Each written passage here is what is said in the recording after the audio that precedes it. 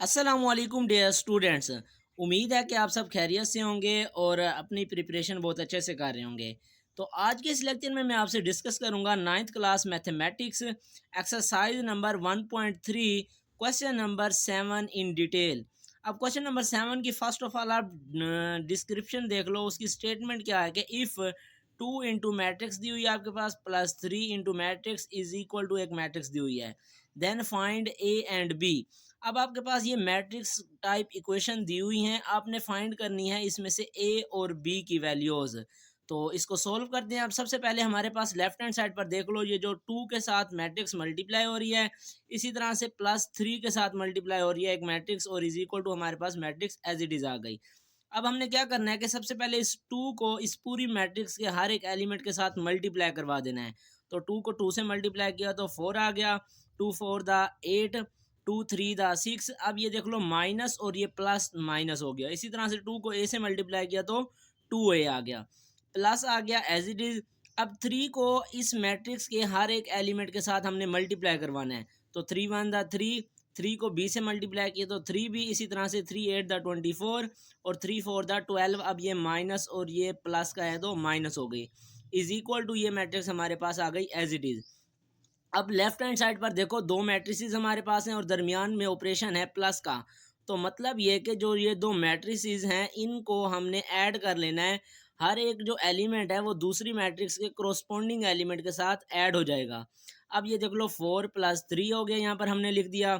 इसी तरह से 8 प्लस 3 भी, माइनस 6 प्लस 24 और 2a प्लस माइनस माइनस 12 आ गया, इज इक्वल टू ये मैट्रिक्स हमारे पास आ गई एज इट इज़। अब हमने इसको सिंप्लीफाई कर लेना है। सिंप्लीफाई करने के बाद फिर हमने यहाँ से ए और बी की वैल्यू को फाइंड करना है। तो अब ऐड करने के बाद हमारे पास मैट्रिक्स बन गई जी 7 8 plus 3b 18 2a minus 12 is equal to matrix है जी 7 10 18 और 1। अब ये देख लो 8 प्लस 3b, इसको हम इकट्ठा ऐड नहीं कर सकते, मतलब ये कि 8 प्लस 3 11, इस तरह नहीं, क्योंकि ये इसके साथ वेरिएबल b आ गया और इसके साथ वेरिएबल a आ गया। अगर नंबरिंग होती तो तब ऐड कर सकते हैं, और उस वक्त इनको 8 प्लस 3 करते 11, जब 8 के साथ भी b हो और इसके साथ भी ऑलरेडी है पड़ा। तो दोनों के साथ वेरिएबल्स होंगे तब उनको ऐड करेंगे, अदरवाइज ये इस तरह रहेगी। अब ये देख लो क्वेश्चन से समझ आ रही है कि ये मैट्रिक्स और इज इक्वल टू ये मैट्रिक्स है। अब हमने इक्वल मैट्रिसेस पढ़ा था कि उनका तो ऑर्डर सेम होना चाहिए और क्रोस्पोंडिंग एलिमेंट सेम होने चाहिए। अब डायरेक्ट यहाँ पर स्टेटमेंट से पता चल रहा है कि ये दोनों मैट्रिसेस हैं इक्वल। तो ये देख लो 7 7 के बराबर, 18 18 के, तो अब इन दो को हम एक दूसरे के इक्वल रख देंगे और इनकी वैल्यूज फाइंड करेंगे। तो therefore 8 plus 3b is equal to, ये आ गया 10 के इक्वल। अब इसमें से हमने b की वैल्यू को फाइंड करना है, तो 8 इसके साथ प्लस हो रहा है, दूसरी साइड पर जाकर ये माइनस हो गया। अब 3b is equal to 10 minus 8, आपके पास 2 भी आ गया। अब मालूम करना है हमने b, तो 3 इसके साथ मल्टीप्लाई हो रहा है, दूसरी साइड पर जाकर डिवाइड हो जाएगा। तो b इज इक्वल टू 2/3 आ गया। नेक्स्ट इसी तरह से हमने फाइंड करना है a की वैल्यू, तो 2a माइनस 12। अब ये दूसरे कॉलम की दूसरी वैल्यू है, इस साइड पर दूसरे कॉलम की दूसरी वैल्यू है 1, तो इन दोनों को हमने इक्वल रख लेना है। तो अब 2a minus 12 is equal to 1, यहाँ पर हमने इनको इक्वल रख दिया। अब इसमें से मालूम करना है हमने a, तो ये 12 इसके साथ माइनस हो रहा है, दूसरी साइड पर जाकर ये प्लस हो गया। तो 2a is equal to 1 plus 12 13 हो गया।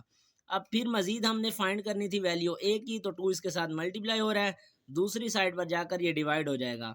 तो a is equal to 13 divided by 2।